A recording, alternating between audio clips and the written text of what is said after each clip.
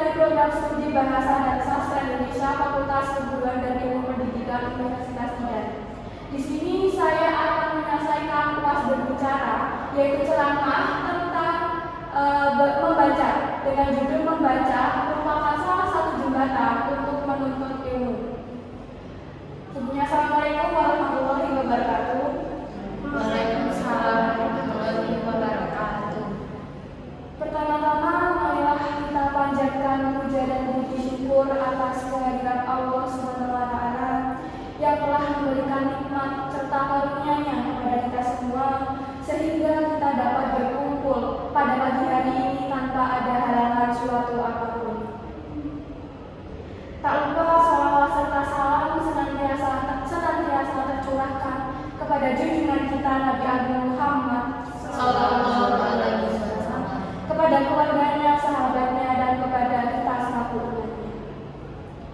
Hadirin yang dirahmati Allah, perlu kita ketahui bahwa membaca adalah salah satu jembatan kita untuk menuntut ilmu. Nah, membaca di sini dalam menuntut ilmu ini adalah sangat penting. Nah, dengan itu, dengan membaca kita bisa mengembangkan gagasan kita secara lisan ataupun secara tulisan. Nah, di dalam Al-Quran ini juga terdapat surat yang diturunkan Allah kepada Nabi Muhammad SAW, yaitu tentang membaca. Di sini ada yang tahu surat apa yang pertama kali diturunkan Allah kepada Nabi Muhammad? Al-Alaq. Ya, benar, Al-Alaq, yang di bacaan ayat pertama yaitu Iqra atau bacalah. Nah, jadi dalam surat itu maksudnya adalah Allah itu menyuruh kita untuk sepuasnya membaca atau menggali pengetahuan yang ada di dunia ini, membaca pengetahuan, wawasan yang ada di dunia ini. Begitu pentingnya membaca hingga Allah menurunkan surat Al-Alaq sebagai surat pertama yang diturunkan kepada Nabi Muhammad untuk para umatnya. Nah, selain surat tadi, di sini juga tentang ilmu. Ada pepatah, pasti di sini kalian juga sudah tidak asing dengan kata-katanya, yaitu carilah ilmu sampai ke negeri tujuan.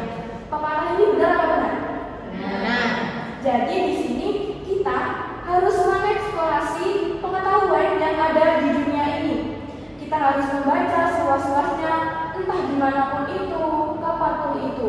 Meskipun sudah tua, kita tetap harus membaca atau menuntut ilmu, karena umur menurut saya itu bukan menjadi tolak ukur kita untuk menuntut ilmu. Nah, hadirin yang berbahagia, tidak bisa dipungkiri ya. Jadi kita kalau mempunyai waktu luang, kita malah melakukan waktu itu dengan terbuang sia-sia, seperti bermain handphone, tiduran, atau bahkan gibah sana kesini. Nah, jadi tidak langsung waktunya itu terbuang sia-sia. Nah, kita tidak mendapatkan ilmu, tetapi kita malah mendapatkan dosa, malah menggibah tadi, misal menggibah sama teman tentang temannya ini, itu malah mendapatkan dosa, tidak mendapatkan ilmu. Nah, di sini kita juga sering nih kalau punya waktu luang juga sering bermain handphone. Iya, banyak ya bermain handphone. Iya. Kalau banyak bermain handphone sering juga apa? Scroll TikTok. Ya, jadi di sini ada dua itu ya, ada negatif dan ada positifnya. Yang positifnya ini kita membuka handphone tuh membuka Google atau membuka berita, membaca berita tentang ya mungkin pengetahuan atau apa. Dan negatifnya bermain handphone itu malah digunakan untuk bermain game. Nah, seperti itu malah kita membuang-buang waktu. Nah, jadi budaya literasi ini tuh seharusnya menjadi rutinitas wajib ya bagi kita selaku mahasiswa, terutama kalian bagi mahasiswa. Dengan kita membaca atau literasi, kita akan mendapatkan banyak ilmu yang tentunya bermanfaat bagi kita sendiri ataupun bagi orang lain. Nah, misal bermanfaat bagi orang lain itu kita habis melihat di sosmed ya, misalnya di sosmed ada berita tentang ada perampokan di Jogja malam hari. Nah, kita tuh memberitahu teman kita bahwa jangan ke Jogja malam hari karena ada perampokan. Nah, jadi ilmu tersebut tidak hanya bermanfaat bagi kita, tetapi kita juga bisa menyalurkannya melalui teman kita.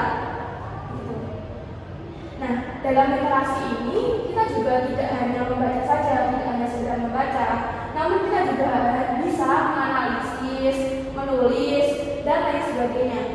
Nah, hal ini tuh juga ditegaskan ya dalam Al-Quran bahwa membaca itu merupakan hal yang sangat penting, karena kalau kita tidak membaca, karena kita akan sulit ilmu seperti itu.